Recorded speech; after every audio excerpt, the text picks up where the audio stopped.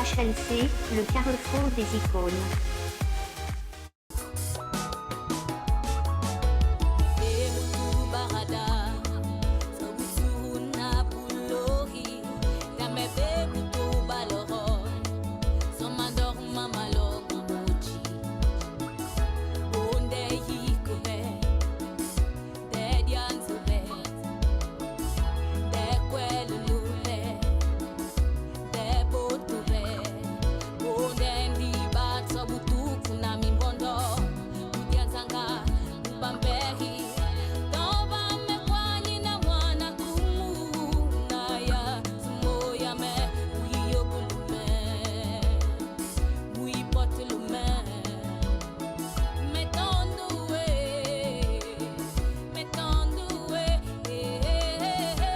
Bonsoir, chers internautes. Je suis Ray Christlaine, votre présentatrice.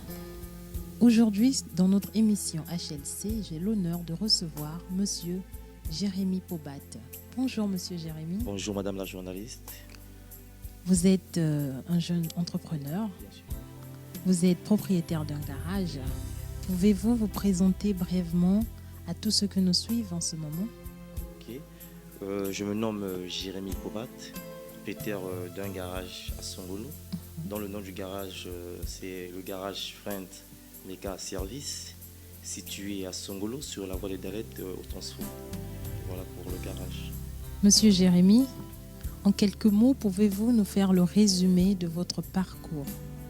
Pour ce qui est de mon parcours scolaire, j'ai fait mes études primaires, secondaires, ici au Congo. Ensuite, après mon bac, j'ai émergé pour le Ghana, d'où je suis allé faire ma mécanique automobile. Et j'ai eu à faire d'autres formations aussi. J'ai d'abord commencé au Congo, après mon bac. J'ai eu un CAP en mécanique automobile. Et ensuite, après cela, cette formation, c'est ce qui m'a décroché la place d'aller à Accra étudier en Afrique de l'Ouest, précisément au Ghana. C'est un honneur de vous avoir aujourd'hui sur notre plateau. Merci, le plaisir il est partagé. Vous avez fait mécanique. Bien sûr. Comment définissez-vous la mécanique auto? La mécanique auto, tout d'abord, c'est une science qui nous permet de maintenir, de réparer. Donc, dans maintenir, nous avons la maintenance, nous avons la réparation et l'entretien des véhicules de transport terrestre, maritime, aérien. Voilà la réponse dont vous m'avez posé la question. Merci pour votre réponse claire et fluide. Pouvez-vous nous dire pourquoi avez-vous choisi ce domaine et pas un autre? J'ai choisi ce domaine. Tout d'abord, je vais vous dire que j'ai été passionné, je suis passionné des voitures. Et papa avait une voiture à la maison dont les mécaniciens venaient, il n'y avait pas assez de solutions. Ils se plaignaient toujours, ces mécaniciens ont réparé. Ma voiture n'a pas marché.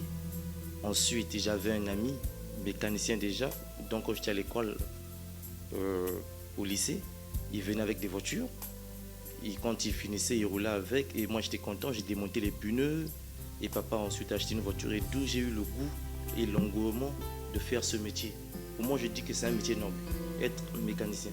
Donc, j'ai la passion aussi et la volonté et je me suis accroché. Et voilà pourquoi je suis arrivé à devenir mécanicien. Si je comprends bien, c'est une passion que vous aviez depuis que vous êtes tout petit. Ah, ben bien sûr, c'est une passion des voitures. On voyait que les voitures passaient, on lisait les noms, Toyota, vous vous en souvenez, Toyota, il y a camion, d'où la passion est arrivée. Et puis voilà, j'ai mis la volonté et je me suis formé, je suis allé me former. Et voilà, je suis devenu mécanicien chevronné. À tous ceux qui nous ont pris en plein milieu d'émission, je suis aujourd'hui sur notre plateau en compagnie de Monsieur Jérémy Pobat, qui est un Congolais, un jeune Congolais, propriétaire d'un garage qui a fait ses études à Accra. Et c'est aussi un jeune entrepreneur. Alors, Monsieur Jérémy. Oui, Madame la journaliste. Aujourd'hui, la technologie a beaucoup évolué. Selon vous, quel impact a eu la nouvelle technologie dans la mécanique auto? Bon, je veux dire, les technologies nouvelles a eu un fort impact au niveau de la mécanique automobile. Avant, nous avons des boîtes manuelles. Là, nous sommes passés avec la technologie qui est arrivée. Nous avons des boîtes automatiques. Vous avez avant des carburateurs. Là, les carburateurs vont à sa fin. Nous avons maintenant l'injection directe. Là, nous arrivons sur l'électronique. Vous voyez, du truc manuel au truc automatique. Là, nous avons l'électronique. Et même vous dire, nous avons maintenant les voitures électriques dont nous n'avons plus le carburant. Voilà, il n'y a plus de diesel, il n'y a plus d'essence. Nous avons de l'électrique. Vous chargez votre camion et dès que vous avez une charge complète, et voilà. Voilà la nouvelle technologie a apporté des solutions. Nous avons maintenant des caméras de recul derrière nos voitures. On a un petit écran. Quand vous faites votre marche arrière, voilà, c'est l'apport de la nouvelle technologie au niveau de l'automobile. Monsieur Jérémy, par expérience, selon vous, quelles sont les qualités que doit posséder une personne pour être un bon mécanicien? Les qualités sont nombreuses. Je vais énumérer. La première qualité, c'est d'abord de se faire former. Ensuite, quand vous êtes formé, vous devez faire un perfectionnement. Ensuite, vous devez avoir l'amour du métier que vous exercez et savoir pourquoi vous avez choisi d'être mécanicien, parce que c'est prêter serment. C'est identique à la médecine. Nous opérons, nous sortons des moteurs, nous le remettons. Et on se forme d'abord aussi. Nombreux se disent que mécanicien, c'est quelqu'un qui n'a pas appris. Non, non, détrompez-vous. Moi qui vous parle, j'étais à l'école, j'ai fait 2 ans à l'école, j'ai fait les mathématiques, j'ai fait l'informatique, j'ai fait l'anglais, vous voyez, le français, à l'école même. Donc un mécanicien, c'est d'abord quelqu'un qui est formé à l'école, et ensuite tu fais le perfectionnement, et puis voilà, et tu deviens un mécanicien chevronné. C'est ça. Et quand tu as la passion, et puis tu fais bien ton boulot, et voilà. Alors, Monsieur Jérémy, avez-vous des conseils à donner à tous ceux qui voudront bien se lancer dans ce métier? Oui, bon, les conseils, je veux dire aux jeunes Congolais, en fait, de se réveiller comme nous autres. Vous voyez, je suis jeune, je n'ai pas fait de la magie pour arriver où je suis. J'ai commencé de 0 à 10. J'ai rencontré des difficultés énormes. Je n'ai pas lâché. Dans toutes choses, on va dire, il faut avoir la foi. Et puis y croire, surtout la foi. La foi est une ferme assurance de ce que l'on fait. Lancez-vous, commencez de 0. On ne tue personne pour le faire. Vous vous lancez juste, vous commencez. Et ensuite, vous verrez qu'il y aura un client, 1 ou 2. Et surtout, quand vous faites bien votre travail, je vous rassure, vous aurez des clients. Mes chers frères, lancez-vous. Il y a même des femmes mécaniciennes. Il n'est pas dit qu'on exclut les femmes. Non, non, non.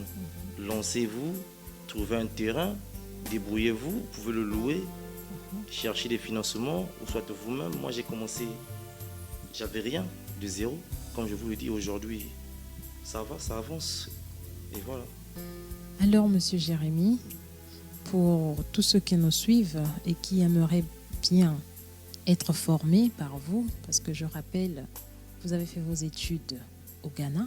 Bien sûr. Pour tous ceux qui voudront bien avoir une formation ou des conseils, comment feront-ils pour vous joindre?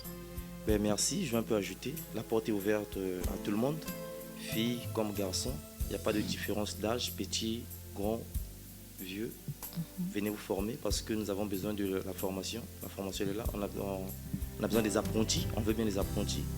Bon, pour me joindre, mon contact, c'est le 06 plus 242, il faut le dire, parce que je suis suivi de partout. Au Ghana, au Bénin, en Côte d'Ivoire. C'est le plus 242, le 06 848 82 57. J'ai le 05 750 23 91. Monsieur Poubat, Oui, madame la journaliste. c'est un plaisir de voir des jeunes Congolais qui entreprennent. Merci. C'est vraiment un honneur de voir la jeunesse congolaise qui se réveille. À part le garage, en tant qu'entrepreneur, avez-vous des ambitions pour se lancer dans d'autres domaines ou avez-vous des projets en cours?